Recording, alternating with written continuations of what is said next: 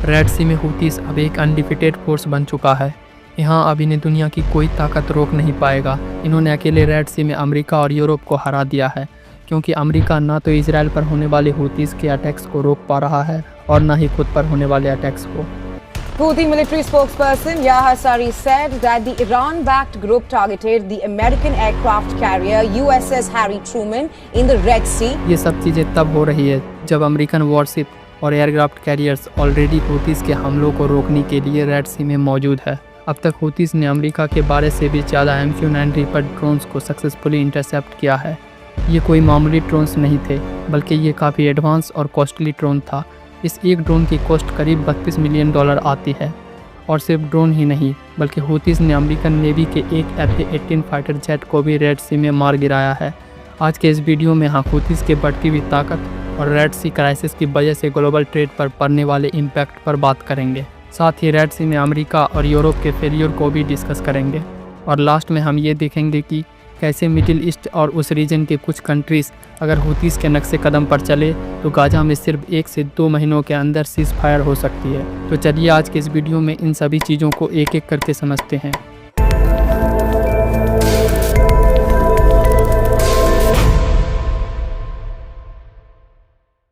Houthis ने अब तक यमन से 2000 किलोमीटर दूर इजराइल पर 200 से भी ज़्यादा अटैक्स किए हैं। अगर हम सिर्फ पिछले महीने दिसंबर की बात करें तो दिसंबर में हूतीस ने इजराइल पर लगभग 10 डायरेक्ट अटैक किए हैं, जिसमें से 3 अटैक सक्सेसफुल रहा। इसमें कुछ लोग इंजर्ड भी हुए। और इसके बाद जनवरी में भी हूतीस के अटैक उसी इंटेंसिटी के साथ बरकरार है। ये लोग बेन गुरियन एयरपोर्ट, तेल अवीव सिटी और हाइफा पर लगातार हमले कर रहे हैं। हूतीस ने 9 दिसंबर, 19 दिसंबर और 21 दिसंबर को इजराइल पर सक्सेसफुली अटैक किया है। इसके अलावा 5 दिसंबर को भी हूतीस के मिसाइल्स ने हाइफा में एक पावर स्टेशन को हिट किया है।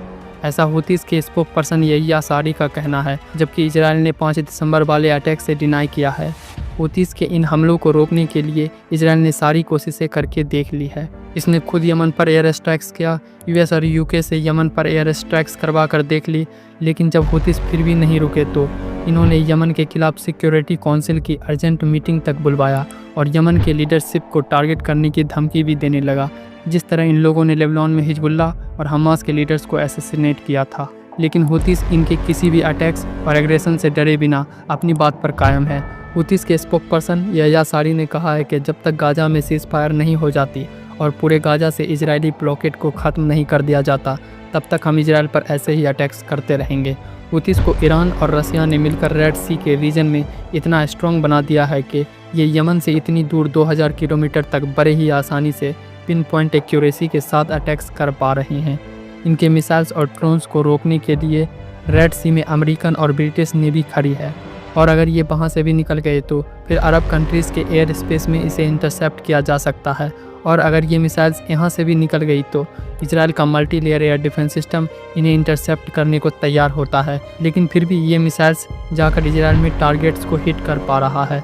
अब इजराइल ने खुद अपनी एयर डिफेंस सिस्टम को छोड़कर American third air defence system का यूज करना शुरू कर दिया है हूतीस के मिसाइल्स को इंटरसेप्ट करने के लिए। ये चीज़ें रेड सी में यमन की स्ट्रेंथ और पूरे मिडिल ईस्ट में हूतीस की बढ़ती हुई ताकत को बताता है। हूतीस इजराइल पर अटैक करने के लिए जिन मिसाइल्स का यूज करते हैं वो पूरी तरह से ईरान के मिसाइल्स का कॉपी है। इन मिसाइल्स और ड्रोन्स के नेम को छोड़कर बाकी सारी चीज़ें सेम है और इसे देखकर ऐसा लगता है कि जैसे सारे पार्ट्स को हूतीस ने ईरान से लेकर असेंबल कर लिया हो। गल्फ इंटरनेशनल फोरम की एक रिपोर्ट में ये दावा किया गया है कि हूतीस को रसिया ने एंटीशिप्स मिसाइल्स प्रोवाइड किए हैं, जिसकी वजह से ये आसानी से रेड सी में US और UK के वॉरशिप तक को निशाना बनाने की कोशिश कर रहा है। पिछले महीने इसी वजह से US ने अपने एक एयरक्राफ्ट कैरियर को रेड सी से विड्रॉ कर लिया था हूतीस के हैवी अटैक के बाद। अब तक हूतीस ने रेड सी में 60 शिप्स पर अटैक किया है, जिसमें 30 शिप डैमेज हुई है और 2 शिप पूरी तरह से डूब ही गई है, जिसमें एक UK और एक ग्रीस का शिप था। हूतीस के इन शिप्स पर अटैक को इन 5 फेजेस की मदद से बड़े ही आसानी से समझा जा सकता है। पहले फेज़ में हूतीस ने अक्टूबर 2023 में इजराइल पर डायरेक्ट अटैक्स करना शुरू किया और नवंबर तक ये रेड सी में इजराइल से लिंकेड हर एक शिप्स को निशाना बनाने लगे। फिर सेकेंड फेज में इन्होंने इजराइल से डायरेक्ट और इनडायरेक्ट लिंकेड हर एक शिप को निशाना बनाना चालू कर दिया। अब चाहे वो पास्ट में ही क्यों ना इजराइल के पोर्ट्स पर गए हो। इससे हूतीस इजराइल के पोर्ट सिटी जैसे ईलत, एस्कलोन, असहदोद, तेल अवीव, हदेरा और हाइफा को पूरी तरह से खाली करना चाह रहा था। इसके जवाब में यूनाइटेड स्टेट, यूके, ऑस्ट्रेलिया और कई सारे देशों ने हूतीस को रेड सी में काउंटर करने के लिए एक ऑपरेशन लॉन्च किया, प्रोस्पेरिटी गार्डियन नाम से। लेकिन जब हूतीस के हमले इन सारे देशों के वॉरशिप्स पर होने शुरू हुए तो ये सारे के सारे रेड सी को छोड़कर भाग गए, सिवाय यूएस और यूके के। इसका असर जुलाई 2024 में देखने को मिला, जब इजराइल का ईलत पोर्ट पूरी तरह से बैंकरप्ट हो गया, क्योंकि यहाँ 8 महीनों से कोई कमर्शियल शिप्स आ ही नहीं रही थी। इसके बैंकरप्ट होने के पीछे की वजह इसकी लोकेशन और हूतीस का लगातार अटैक था। अब क्योंकि ये पोर्ट इजराइल के साउथ में पड़ता है, यहाँ तक जाने के लिए किसी भी शिप को बाब अल मंदब स्ट्रेट को क्रॉस करना पड़ता है, और हूतीस बाब अल मंदब स्ट्रेट से गुजरने वाली इजराइल से लिंकेड हर एक शिप को टारगेट कर रहा था।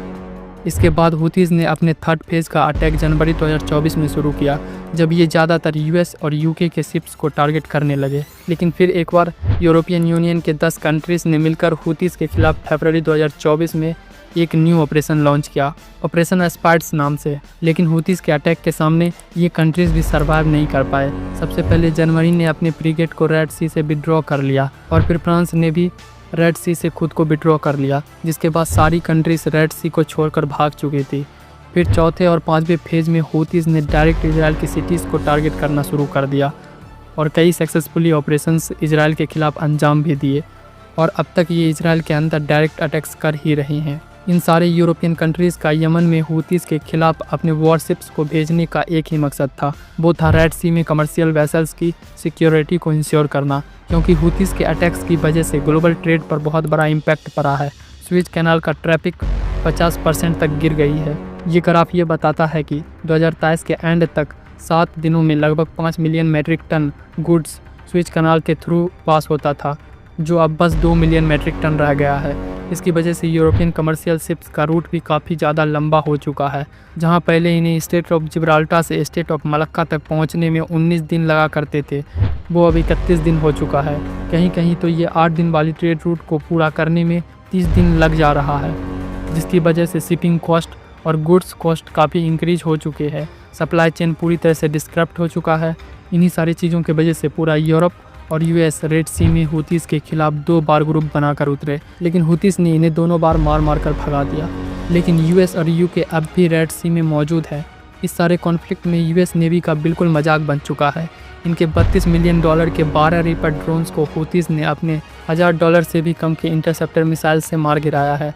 वैसे तो हूतीस के हिसाब से ये नंबर 14 है। इसके अलावा हूतीस ने यूएस के एक F-18 फाइटर जेट को भी शूट डाउन कर दिया। ये जेट बिल्कुल वॉर लाइक सिचुएशन में गिराई गई है। जब यूएस का एयरक्राफ्ट कैरियर हूतीस के मिसाइल स्टोरेज फैसिलिटीज़ पर स्ट्राइक करने जा रही थी, उसी टाइम एक इंटरसेप्टर मिसाइल F-18 को हिट कर देता है। इसको लेकर यूएस का कहना है कि ये फ्रेंडली फायर इंसिडेंस था, यानी इनके खुद के मिसाइल्स ने इसे गलती से हिट कर दिया। अब बात करते हैं कि कैसे हूतीस की तरह एक्शन लेकर मुस्लिम कंट्रीज गाजा में सीज फायर करवा सकते हैं। इसके लिए बस 3 देश मोरक्को, तुर्की और ईरान को इजराइल और यूरोप के लिए अपने चोक पॉइंट्स को सिर्फ बंद करना होगा। सबसे पहले मोरक्को को स्टेट ऑफ जिब्राल्टर से गुजरने वाले हर एक शिप को जो इजराइल से किसी भी तरह लिंक हो, उस पर अटैक करके रोकना होगा। दूसरा, टर्की को बॉस्फोरस स्टेट को इजराइल और इजरायली अलायंस के लिए बंद करना होगा।